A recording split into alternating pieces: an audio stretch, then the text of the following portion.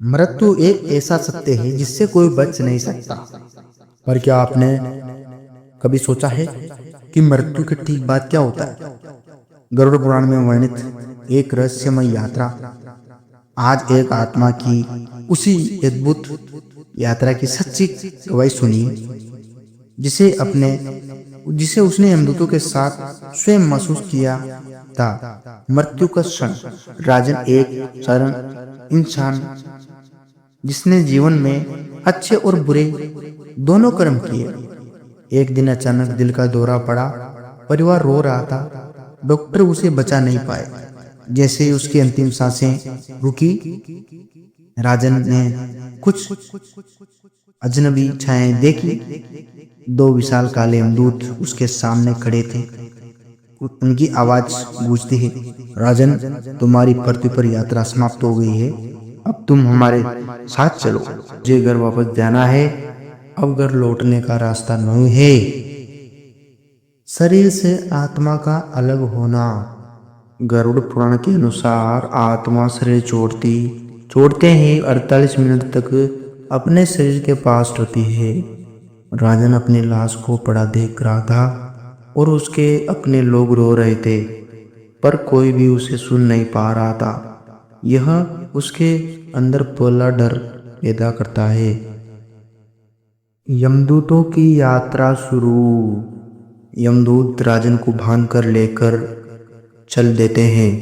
रास्ता अंधकार से भरा, कोई समय नहीं, कोई दिशा नहीं, केवल हवा का शोर और डरावनी आवाजें। राजन पूछता है, मुझे कहाँ ले जा रहे हो? यमदूत जवाब देते हैं, तुम्हें अब उसी जगह ले जा रहे हैं जहाँ आत्मा जाती है, यमलोक। पहला स्थान विचार लोक।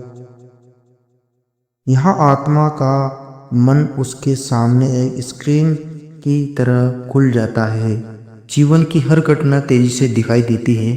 बुरा किया था, झूठ बोला था, किसी की मदद की थी, कहीं दान दिया था।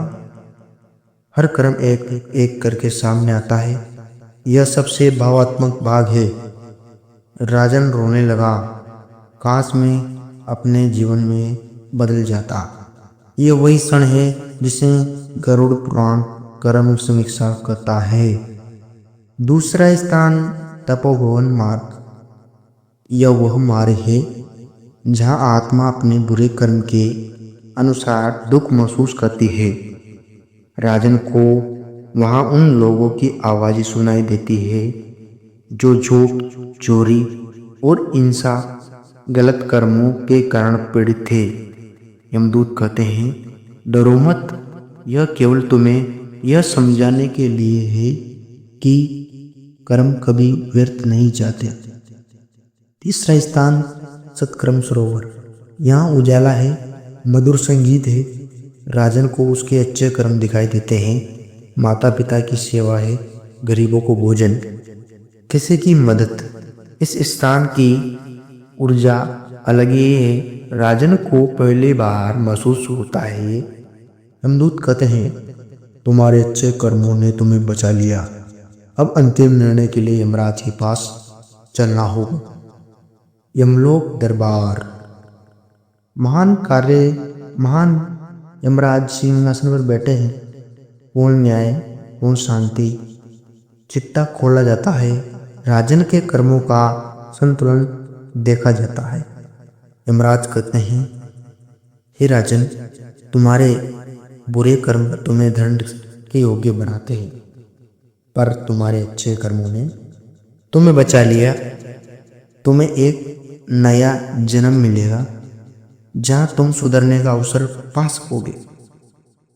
गरुड़ पुराण हमें एक ही संदेश देता है, कर्म कभी व्यर्थ नहीं जाते। जीवन छोटा है पर उसका हिसाब बहुत बड़ा है।